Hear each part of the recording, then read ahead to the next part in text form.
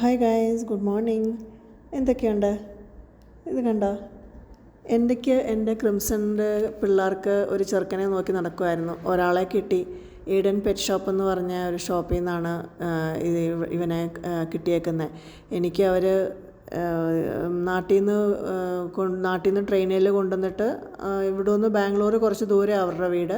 അവരെന്നിട്ട് എനിക്ക് Porter through send ചെയ്യുമായിരുന്നു. രാവിലെ അരമണിക്കൂർ കൊണ്ട് എനിക്ക് വീട്ടിലെത്തി.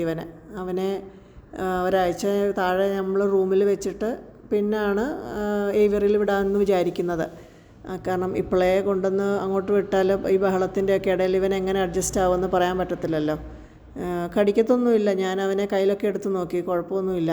ഇനിയും എൻ്റെ മോന് വളരെ എക്സൈറ്റഡാണ്.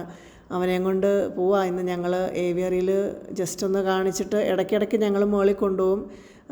ഏവിയറിയിലൊന്ന് കുറച്ച് നേരം ഈ കേജിനകത്ത് തന്നെ വെക്കും രാവിലെ പോകുമ്പം. എന്നിട്ട് തിരിച്ച് താഴെ കൊണ്ടുവരും. ഒരാഴ്ച കഴിഞ്ഞിട്ട് അവനെ തിരിച്ച് ഏവിയറിയിൽ തുറന്നു വിടും. പ്രായമൊന്നും ആയിട്ടില്ല. 3 മാസം 4 മാസം ആയതേ ഉള്ളൂ. സെയിം എൻ്റെ പിള്ളേരുടെ അതേ പ്രായമാണ് ഇവനും. ഇനിയും ഒരാളെയും കൂടെ തപ്പുന്നുണ്ട്. നോക്കാം. Thanks for watching.